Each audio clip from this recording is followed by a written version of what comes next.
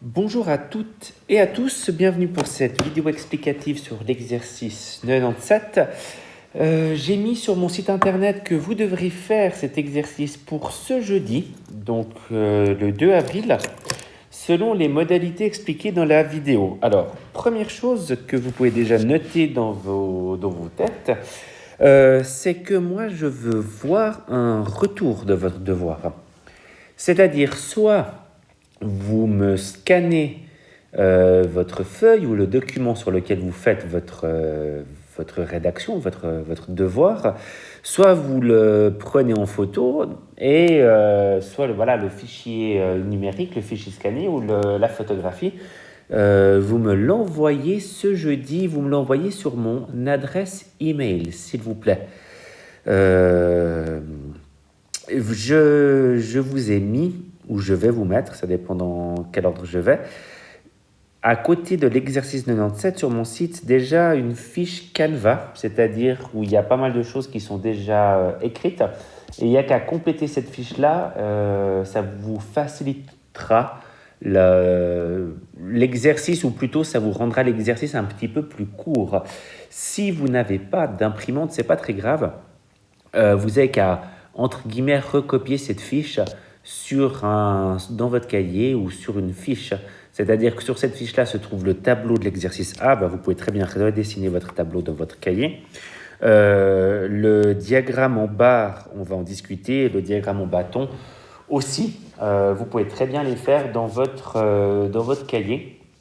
Ou si vous avez une imprimante, imprimez cette fiche Canva de l'exercice 97 et la compléter et m'envoyer soit une version scannée ou photographiée de la fiche Canva complétée, soit une version scannée ou photographiée d'une des pages de votre cahier avec les réponses de l'exercice 97. Alors, on va le démarrer ensemble, cet exercice 97. On va faire ça comme ça. Donc, petit a, trouve le montant approximatif de chacun des postes du budget. Et on sait qu'en tout, par année, le budget est de 48 000 francs. Donc, évidemment, alors, première chose, ce diagramme-là est un diagramme circulaire. Plus les parts sont grandes, c'est-à-dire plus les secteurs de disques sont grands, et plus la proportion est grande. Maintenant, en disant ça, on n'est de loin pas assez précis. Pour lire précisément un diagramme circulaire, vous avez besoin de l'outil indispensable pour lire des choses quand on parle d'un cercle ou d'un disque ou d'un secteur, c'est-à-dire de votre rapporteur. Donc, je vais prendre peut-être la plus grande part. Si moi je viens lire, je trouve environ 125 degrés. C'est-à-dire que j'aimerais avoir au final pour l'exercice A un tableau, voilà, comme ça, où vous avez les postes. On va faire ici le pourcentage, et puis il me manque une colonne. Et le colonne, c'est le prix ou le montant en francs. Or, le plus grand poste, logement, chauffage, etc. Donc, on va écrire logement, virgule, 3 petits points. Et on va compléter cette ligne-là. Donc, le pourcentage, c'est que de la règle de 3 qui se cache derrière. C'est-à-dire que 125 degrés, pas 125%, 125 degrés, correspond à quelle fraction, quelle proportion du disque en entier, du tour complet. Le tour complet, c'est 360. Donc, 125 par rapport au 360, vous faites ce calcul-là. Je vais le mettre ici en brouillon. 125 sur 360, ça fait 0,347, etc. Donc, 34,7%. Et on va l'arrondir à l'unité 35%. Donc, cette part correspond ici au 35%. Voilà, première chose, tout ça, c'est pour cette partie-là. Vous n'aurez pas besoin de m'envoyer les détails des calculs, c'est chaque fois le même genre de calcul. Et ensuite, le montant en francs, on veut calculer, on va prendre la valeur arrondie, ça sera plus simple. On veut calculer du coup les 35% de 48 000. Donc, On va calculer ça comme ça. Les 35% de 48 000, bon, on fait le calcul. 35% fois 48 000, c'est la traduction, on va dire, calculatoire de votre phrase en français. 48 000 fois 35% ou fois 0,35, ça vous donne 16 800. Voilà. Et pour une cohérence par rapport à ce que j'ai surligné, cette valeur-là, c'est embêtant, ce que j'ai surligné n'a évidemment rien à voir avec les couleurs de votre diagramme circulaire. J'espère que ça vous embête pas trop. Je voulais souligner ça. Voilà, juste pour vous dire d'où viennent les calculs. Mais ne confondez pas ce jaune avec ce jaune qui est là dans l'habillement. Hein. C'est pas mon code couleur est pas génial. Voilà, mais il suffit juste de comprendre ce que j'ai voulu expliquer. Ensuite, il y a alimentation, boisson, alimentation. Donc tout ça, je vais pas faire avec vous. Voilà, tout ça, vous allez finir de me compléter.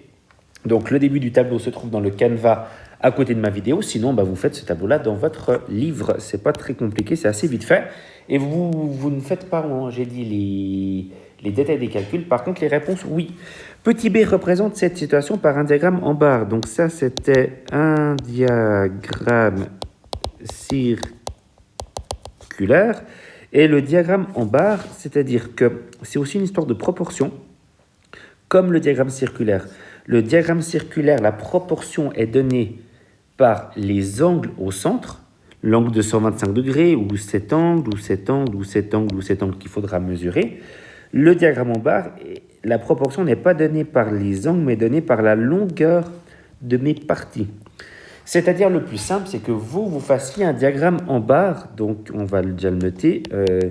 Diagramme en barre. Le plus simple, alors ça sera mis sur le Canva. J'espère qu'il n'y aura pas de problème de longueur d'adaptation. Des fois, quand vous imprimez quelque chose qui a été transformé en PDF, c'est des fois un tout petit peu plus petit ou un tout petit peu plus grand. Moi, de mon côté, je vais vous faire un diagramme qui a une longueur, on va faire au plus simple, de 10 cm. Pourquoi 10 cm, c'est facile? Parce qu'une fois qu'on a une longueur de 10 cm, la première chose à mettre, donc c'est-à-dire la ligne logement, on avait 35%. D'accord? Donc, vu que la totalité fait 100%, et du coup les 100% font 10 cm, et 35%, ça ferait une taille de la moitié. Alors, vous ne voyez pas ce que je fais, mais voilà, juste pour que ce soit à peu près cohérent. Cette longueur-là, devrait faire évidemment, je vais le mettre à l'intérieur, 3,5 cm. Ça, vous ne notez pas sur le diagramme en barre, ce que je mets en noir. C'est juste pour vous savoir les différentes longueurs. Ce que vous pouvez noter, c'est les différents pourcentages en dessous. À la moitié, on est à 50%. Des fois, on note ici 50%. La moitié de la moitié, ça fait 25%. Voilà. Moi, j'ai mis un trait à peu près 35, mais vous, il faut que vous veniez les mesurer précisément. Si vous avez de la couleur, parce que moi j'ai assuré, vous pouvez utiliser les mêmes couleurs que dans le diagramme, c'est-à-dire du bleu, du vert, du jaune, de l'orange et du rose-violet. Excusez-moi, je suis un peu daltonien. C'est là. Ou alors, vous pouvez mettre des codes différents, c'est-à-dire vous pouvez mettre à côté, une petite légende. Et ce que vous assurez comme ça correspond au logement. Ce que vous assurez comme ça correspond à quelque chose d'autre. Ce que vous assurez comme ça, quelque chose d'autre. Comme ça, quelque chose d'autre. Ce que vous mettez avec des points à l'intérieur à quelque chose d'autre. Ce que vous laissez blanc, quelque chose d'autre, etc. etc. Si vous travaillez que en noir et blanc, il y a suffisamment de petits symboles qu'on peut faire. En tout cas ici, vu qu'on n'a que 5 catégories. Il y a une chose dont je n'ai pas parlé, mais vérifiez bien ici que vous avez au final une ligne totale. Et on veut ici les 100%. Donc, il faut gérer. Si au final, vous arrivez à 99%, rajoutez 1% à quelque part dans l'un de vos postes, soit dans l'habillement, soit dans l'assurance. Au final, on doit arriver à 100%. Et ici aussi, on doit forcément arriver à 48 000. Donc, vérifiez que la somme de toute la deuxième colonne donne bien 100% et que la somme de toute la dernière colonne donne bien 48 000. Sinon, vous bidouillez, vous modifiez un petit peu pour que ça marche. Et dernière chose, c'est un diagramme en bâton. Alors, diagramme en bâton ou en colonne, si vous voulez. On va le faire en bâton ou en colonne. Eh ça ne donne pas directement les proportions, c'est les valeurs vraiment de ce qu'on considère. Ici, on considère des montants en francs. Donc ici, on va écrire, on va mettre comme axe le prix. Et puis, on va mettre les postes. Le premier poste, il sera de là à là. Et c'est le poste logement. Alors, soit vous l'écrivez en dessous, logement, soit vous ne l'écrivez pas, mais vous donnez le même code couleur ou les mêmes petites indications ici. Et puis, vous graduez, le poste logement, 16 800 francs, c'est ce qu'on avait trouvé ici. C'est évidemment le poste qui va coûter le plus cher, donc ça ne sert à rien de graduer jusqu'à 48 000. Hein. On doit graduer jusqu'à 7 800. On peut graduer peut-être de 2000 en 2000 et aller jusqu'à 18 000. À vous de voir comment graduer. Est-ce que vous faites un carré représente 1000 francs, ce qui pourrait être pas mal, ou 1 centimètre représente 1000 francs. Essayez de faire tenir tout ça sur une page. Donc au final, on est un peu en dessous. Voilà, je fais vraiment totalement au bol. Donc moi, j'aurais quelque chose comme ça. Et puis après, on aurait des postes un peu plus petits, un peu plus petits, un peu plus petits, un peu plus petits. Normalement, cette longueur-là doit toujours être la même dans un diagramme en colonne, ce que je n'ai pas fait. Et là aussi, on aurait des divisions un peu plus petites. Hein. On a à chaque fois 5 divisions. Si je compte 1, 2, 3, 4, 5. 1, 2, 3, 4, 5. Évidemment, et là, on aurait 1, 2 et jusqu'à 5 avant le total. Je ne vais pas, j'aurais peut-être dû commencer par dire ça, mais je ne vais pas vous mettre ce que vous voyez sous les yeux en PDF. Moi, ça me sert vraiment de brouillon comme au tableau noir. Donc, revenez sur cette vidéo, mettez des pauses à des moments clés, faites des allers-retours pour bien avoir compris plusieurs choses, c'est-à-dire j'ai expliqué ce qu'il fallait faire dans l'exercice 97, je vous ai montré les calculs et je vous ai aussi donné les consignes sur ce que vous devez me rendre. Voilà. Donc, comme je vous ai dit, soit vous utilisez le Canva qui est mis à côté, mais qui n'est pas du tout une obligation, soit du coup vous faites tout dans votre cahier. Quoi qu'il en soit, la seule obligation que vous avez, c'est de me rendre une trace, une copie de ce que vous avez fait pour ce jeudi. Voilà, j'espère que tout est clair, que j'ai rien oublié. Sinon, envoyez-moi des commentaires. Soyez attentifs aussi quand je fais des erreurs. Évidemment, je réponds à la personne qui m'a signalé une erreur. Simplement, je ne réponds pas, je ne renvoie pas un mail à vous tous. Ça serait évidemment pas possible, mais je mets toujours sur mon site, sur la page 10 Maths VP, si j'ai fait une erreur avec votre classe, je mets en haut à quelque part une indication comme quoi il y a une erreur. Donc vérifiez toujours bien de bien lire ces indications au début de page et de ne pas vous concentrer que sur les exercices à faire et ensuite de ne plus rien lire sur le site. Voilà, j'espère que tout ça a été clair.